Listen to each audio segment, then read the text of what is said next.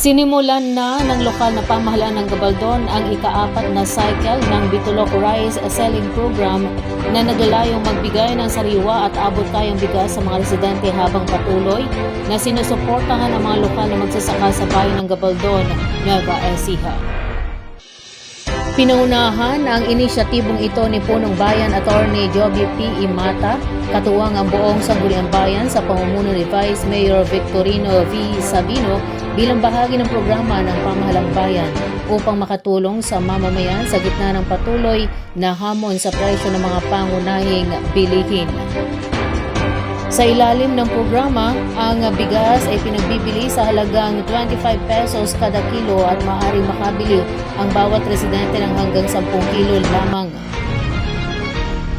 Katuwang naman ng lokal na pamahalaan ng Municipal Agriculture Office sa pangunan ni Municipal Agriculturist Lorenda Sumawang upang matiyak ang maayos na distribusyon at pagbibenta ng bigas sa iba't ibang barangay ng bayan.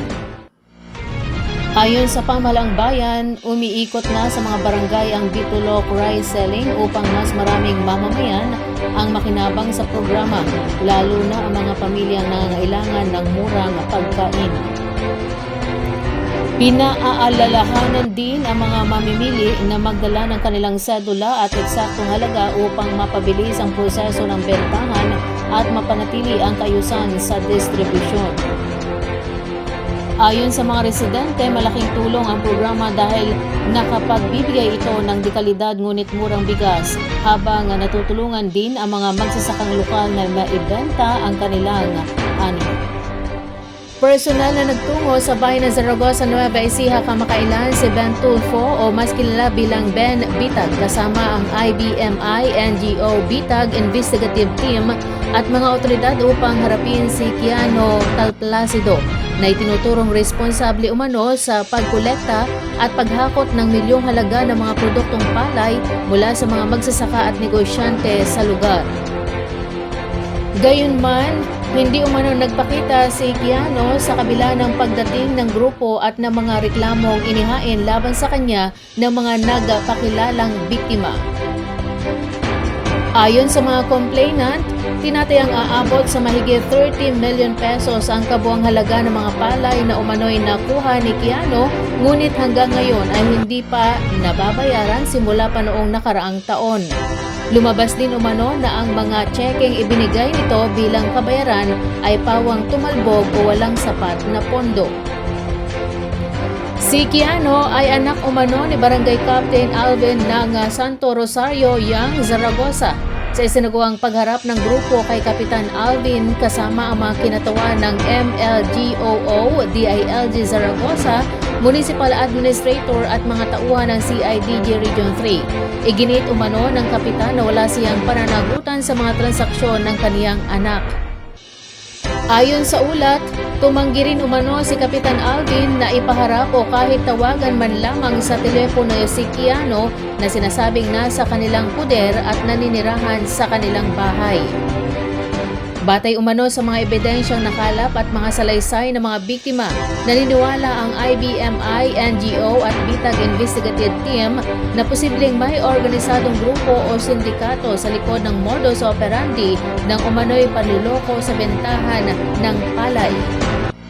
Sa pahayag ng grupo, tiniyak nilang magpapatuloy ang kanilang pagtutok sa kaso upang matulungan ang mga biktima na makamit ang hustisya at mabawi ang kanilang pinaghirapang kabuhayan. Bukas naman ang Nueva Ecija News Update sa panig ni Kiano at Kapitan Alvin upang magbigay linaw at maipahayag ang kanilang panig tungkol sa nasabing usapin.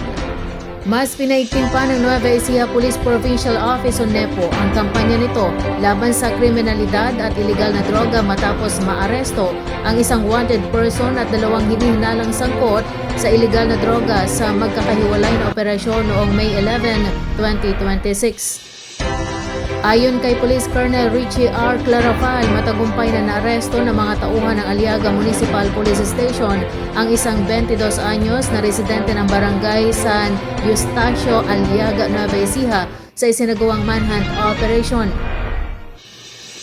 Ang suspect ay naaresto sa bisa ng warrant of arrest kaugnay ng kasong reckless imprudence resulting in homicide and damage to property na inilabas ng Municipal Trial Court ng Aliaga.